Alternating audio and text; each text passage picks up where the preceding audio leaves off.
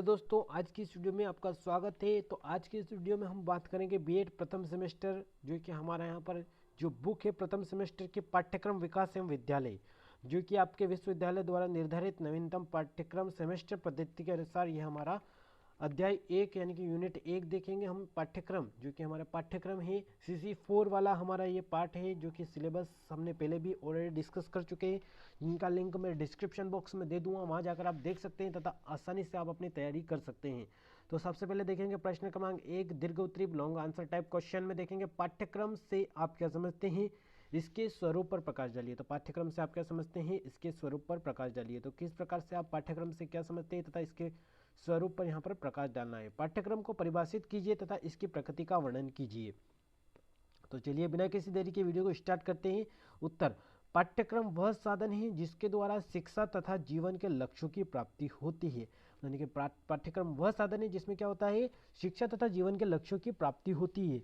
यह अध्ययन का निश्चित तथा तर्कपूर्व क्रम है। तो पाठ्यक्रम क्या है, जैसे कि हम यहाँ पर जो पाठ्यक्रम है उसको सिलेबस भी बोलते हैं। तो जो क्रम वाइज हमको दे रखा रहता है कि इस टाइप से इस टाइप से इस टाइप से पढ़ो इसको, तो हम उसको क्रम वाइज पढ़ते हैं। तो इस प्रकार से कह सकते हैं उसमें कुछ लक्ष्य दिए होते हैं कि 1 पार्ट 2 पार्ट 3, एक एक पार्ट को पूरा करो। तो लक्ष्य यानी जीवन के लक्ष्यों की प्राप्ति भी बोल सकते हैं।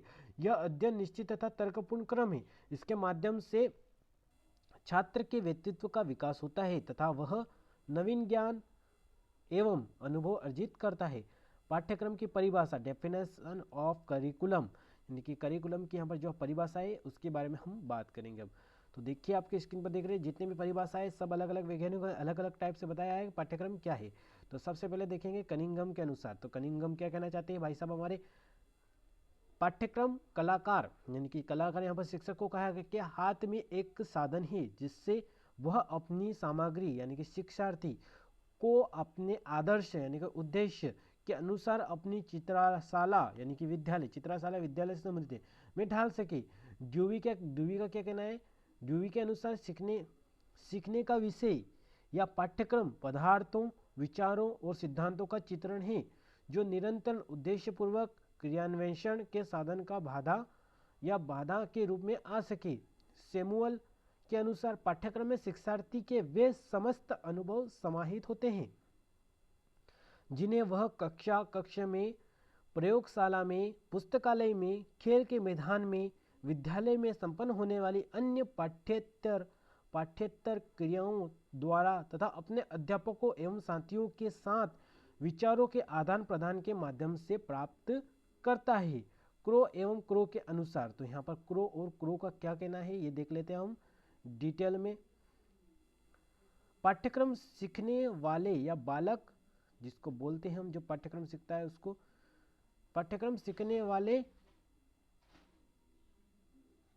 या बालक के वे सभी अनुभव निहित हैं जिन्हें वह विद्यालय या उसके बाहर प्राप्त करता है। ये समस्त अनुभव एक कार्यक्रम में निहित किए जाते हैं जो उसको मानसिक, शारीरिक, संवेदनात्मक, सामाजिक, आध्यात्मिक एवं नैतिक रूप से विकसित होने में सहायता देता है। फ्रोबेल का क्या कहना है, पाठ्यक्रम संपूर्ण मानव जाति के ज्ञान एवं अनुभव का प्रतिरूप होना चाहिए। होनी के अनुसार यानी कि होनी ने अनहोनी, यहाँ होनी ने क्या कहा है वो देखेंगे।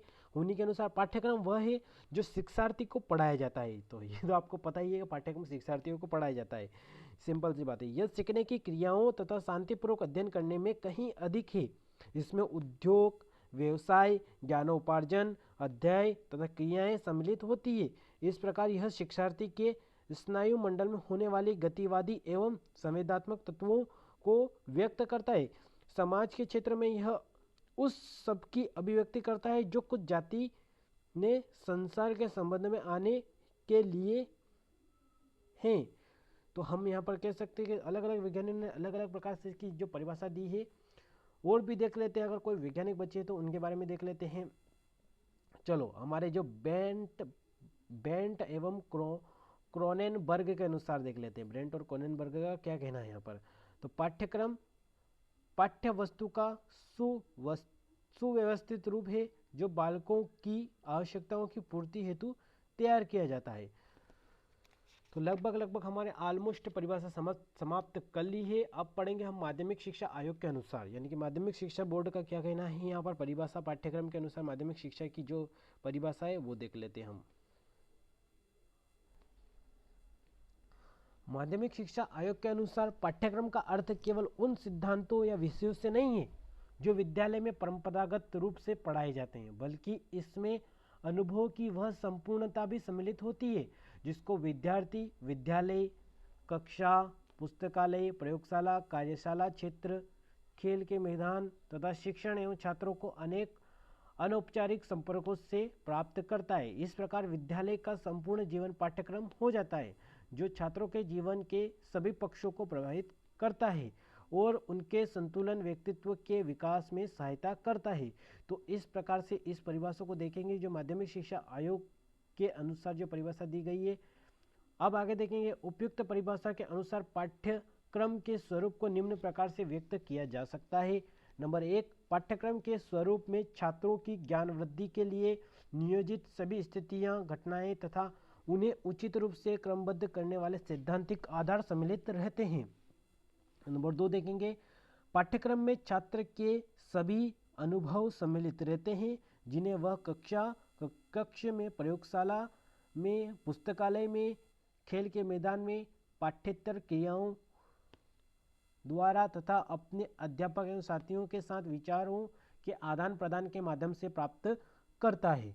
नंबर 3 देखेंगे पाठ्यक्रम की संकल्पना के अंतर्गत वे सभी अनुभव आ जाते हैं जो विद्यालय में शिक्षा के लक्ष्यों की प्राप्ति के लिए प्रयुक्त किए जाते हैं। नंबर 4 देखेंगे पाठ्यक्रम में केवल सैद्धांतिक विषय ही सम्मिलित नहीं होते हैं बल्कि अनुभवों की संपूर्णता भी सम्मिलित होती है जिनको छात्र विभिन्न औपचारिक संपर्कों में प्राप्त करता है। अब देखेंगे हम पाठ्यक्रम की प्रकृति यानी कि नेचर ऑफ करिकुलम। तो नेचर क्या है यहाँ पर करिकुलम का वो देख लेते हैं हम। नेचर ऑफ करिकुलम क्या है तो देखिए आपके स्क्रीन पर आपको दिखा रहा है। प्राचीन काल में शिक्षा का स्वरूप पूर्णतः अनौपचारिक होता था, अर्थात शिक्षा किसी विधि एवं क्रम में बंधी हुई नहीं थी। उस समय बालकों की शिक्षा उनके परिवार एवं समाज की जीवनचर्या के मध्य चलती रहती थी तथा बालक उसमें सहभागी बनकर प्रत्यक्ष अनुभव तथा निरीक्षण के माध्यम से तथा अपने बच्चों एवं पूर्वजों के अनुभव सुनकर शिक्षा प्राप्त करता था। पाठ्यक्रम का अर्थ पाठ्यपुस्तक से लगाया जाता था। वस्तुतः पाठ्यपुस्तक को विद्यालय विषयों तक सीमित कर दिया जाता था। कक्ष के बाहर ग्रहण किए गए अनुभवों को पाठ्यक्रम का अंग नहीं माना जाता था, किंतु सभ्यता के विकास के साथ साथ मानव के ज्ञान राशि के संचित कोष में नियंत्रण वृद्धि होती गई तथा मनुष्य के जीवन में जटिलताएं एवं विविधताएं आती गई। इसके फलस्वरूप व्यक्ति के पास समय एवं साधन का अभाव होने लगा तथा उसकी शिक्षा अपूर्ण रहने लगी।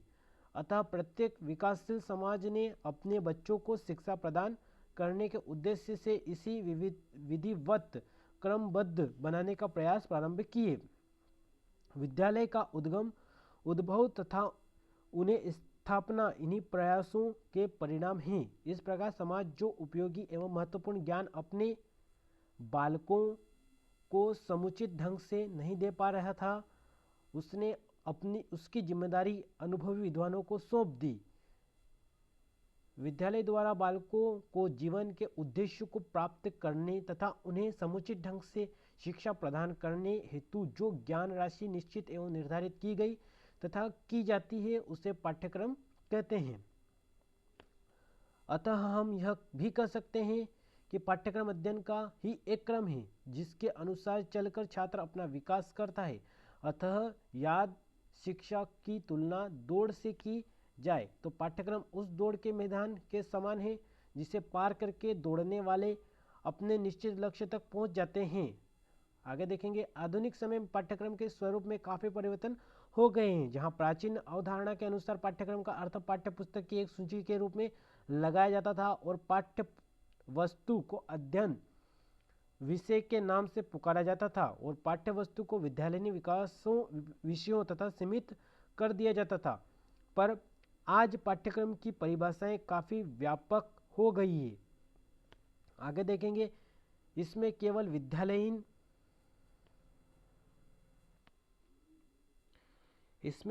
विद्यालयी विषयों को ही समाहित नहीं किया जाता है, बल्कि बालक की अन्य सभी क्रियाओं तथा उनके अनुभवों को भी सम्मिलित किया जाता है, जिन्हें विद्यालय के मार्गदर्शन करता है जिनके लिए विद्यालय मार्गदर्शन करता है। आधुनिक समय में पाठ्यक्रम को बहुत व्यापक रूप में दिखाया जाने लगा है और इसके अंतर्गत सभी क्रियाएं आ जाती है जो अतिरिक्त पाठ्यक्रम क्रियाओं के